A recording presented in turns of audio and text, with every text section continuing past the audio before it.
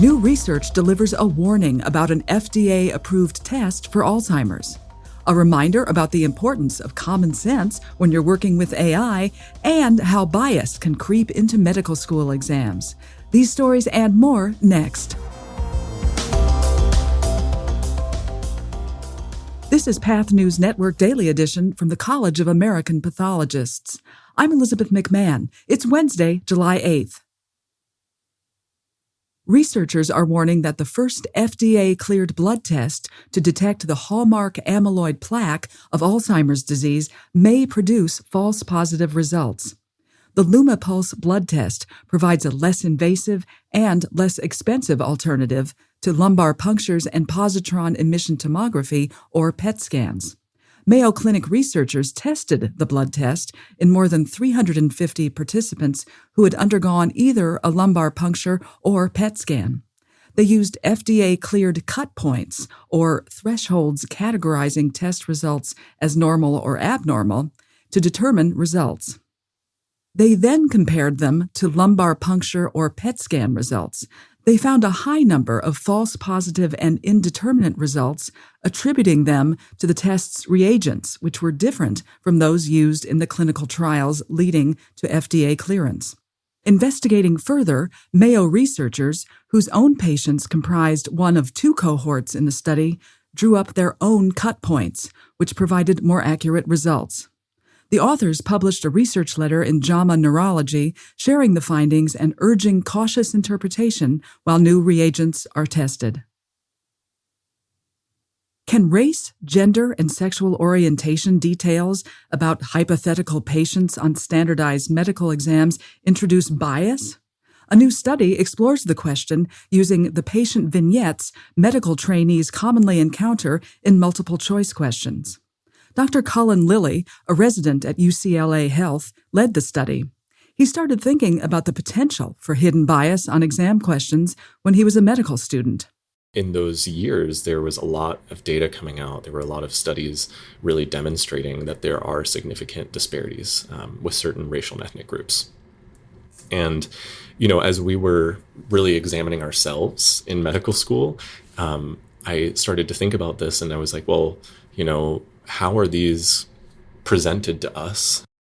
To test for bias, researchers asked two groups of students to answer multiple-choice questions containing clinical vignettes. Patient sociodemographic information was included in one group's vignettes and excluded in the other. All we really did was change one part of a question stem, and it did have an impact on how students answered the questions. The significant area that we saw were in questions that were trying to drive students to a common disease, but including a racial or sociodemographic identifier actually drove them to choose an incorrect answer. The study found significant discrepancies in questions related to homosexuality and sexually transmitted infection testing and sarcoidosis in Black females, among others. Dr. Lilly is also chair of the CAP's Residence Forum Executive Committee.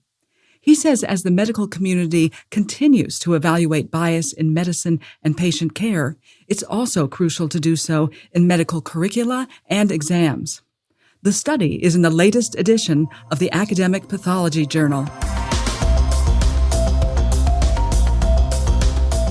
Speaking of test results that make you go, a new CAP podcast explores what can go wrong when you let automation bias, or over-reliance on computer-generated results, override your common sense.